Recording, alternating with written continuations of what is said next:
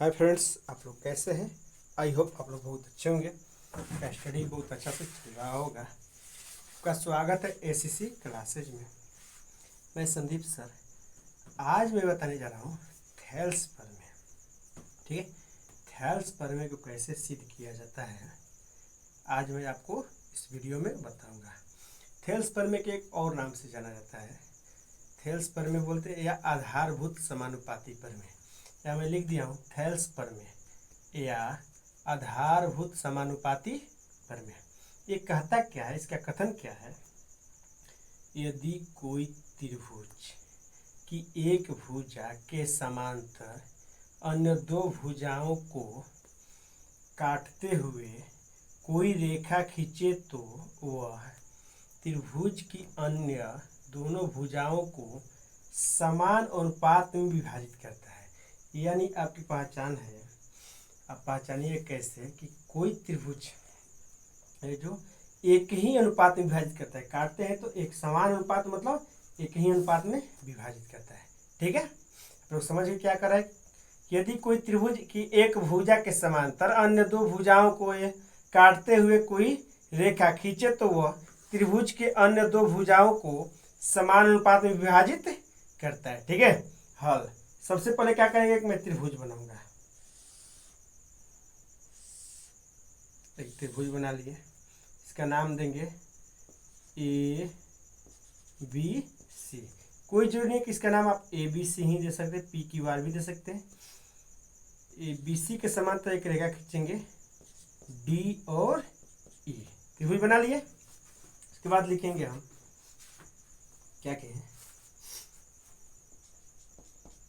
माना कि त्रिभुज ए बी सी में त्रिभुज ए बी सी में बीसी के समांतर बीसी के समांतर डी ई। ये क्या है, बीसी के समांतर डी। ठीक है, बीसी के समांतर डी है और बिंदु डी ए बी को बिंदु डी ए बी को और बिंदु ई ए सी को प्रतिच्छेद करती है।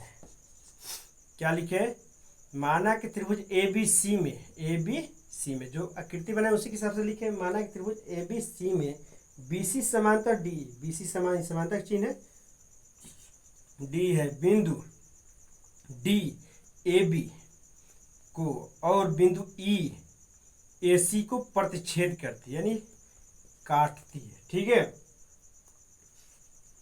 सीधे हमको क्या करना है, सिद्ध करना है। क्या सिद्ध करना होता है, पाइथागोरस तो बता दिए हैं। ये थेल्स में ए डी बटा के बी डी कहो चाहे डी बी कहो बराबर ए ई बटा के ई सी।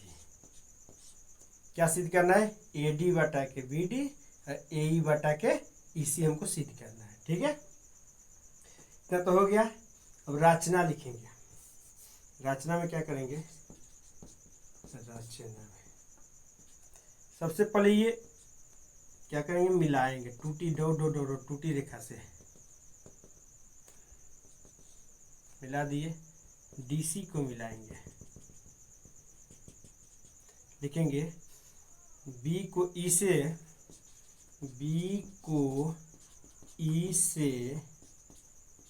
और बी को ई से और डी को सी से मिलाया।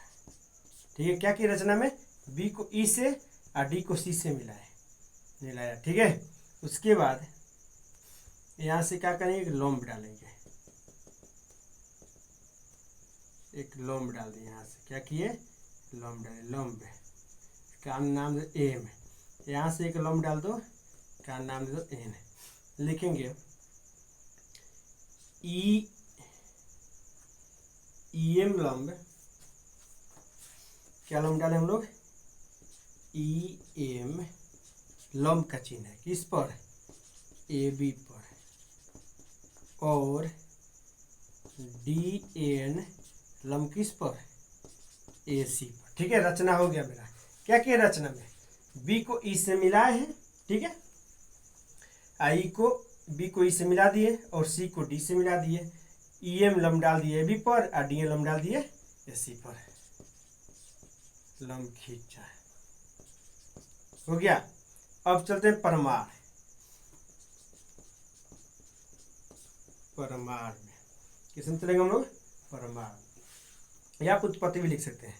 देखो त्रिभुज ADE, चलेंगे त्रिभुज ADE का क्षेत्रफल बाटा में त्रिभुज DEB का क्षेत्रफल, बाटा में त्रिभुज DEB का क्षेत्रफल। देखो कहाँ से ले रहे हैं हम, त्रिभुज ADE ऊपर ले लिए, ठीक है, उसके बाद त्रिभुज DEB यहाँ से बन रहा है, तो त्रिभुज DEB का क्षेत्रफल।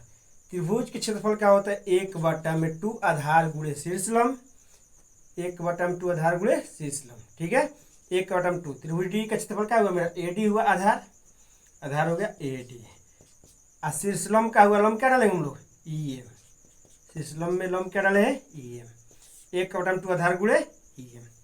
त्रिभुज DEB का क्षेत्रफल क्या होता है, 1/2 आधार, आधार क्या हुआ BD, अगर नहीं समझ में आए तो यहाँ से देख लीजिए, क्या बटा में आपको BD, ये भी लिख सकते हैं BD, और लंब क्या हुआ, इसका विलंब होगा EM ही लंब हुआ, क्योंकि ये त्रिभुज हो गया, इतना ऊंचाई को लंब, ऊंचाई है शीर्ष लंब बोलते हैं, ऊंचाई है, ठीक है, तो लंब ही डाले EM। अब इसको कटाते हैं, कट गया 1/2 EM से EM, क्या बचा मेरा, AD बटा के BD बचा, इक्वेशन क्या हुआ, फर्स्ट AD बटा के BD आ गया। पुनः और चलेंगे त्रिभुज AED में, AED का क्षेत्रफल बटा में त्रिभुज DEC का क्षेत्रफल, DEC का क्षेत्रफल, DEC है, कैसे त्रिभुज बन रहा है ना,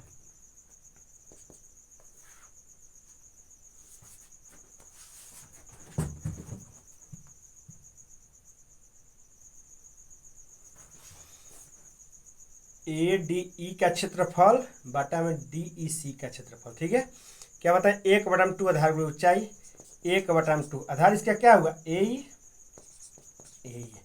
ऊंचाई किसको बोलते हैं, शीर्षलंब को, तो शीर्षलंब क्या है, DN है, क्या है, DN, ठीक है। नीचे आएंगे त्रिभुज 1/2, आधार क्या है मेरा, EC है, आधार क्या है, EC चाहे C बोलो, इसका भी शीर्षलंब क्या डाले हम लोग, DN डाले हैं, DN हो गया।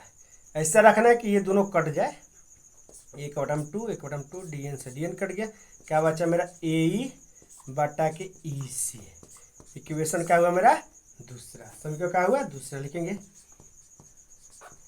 समीकरण 1 और 2 से, एक किसका लिए है, त्रिभुज ADE का क्षेत्रफल बटा में त्रिभुज DEB का क्षेत्रफल बराबर त्रिभुज AED का क्षेत्रफल बटा में त्रिभुज DEC का क्षेत्रफल।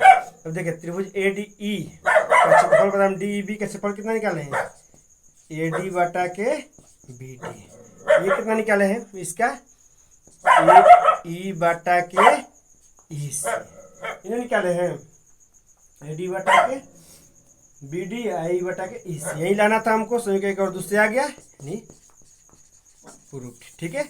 आई होप आप लोग समझ चुके हैं।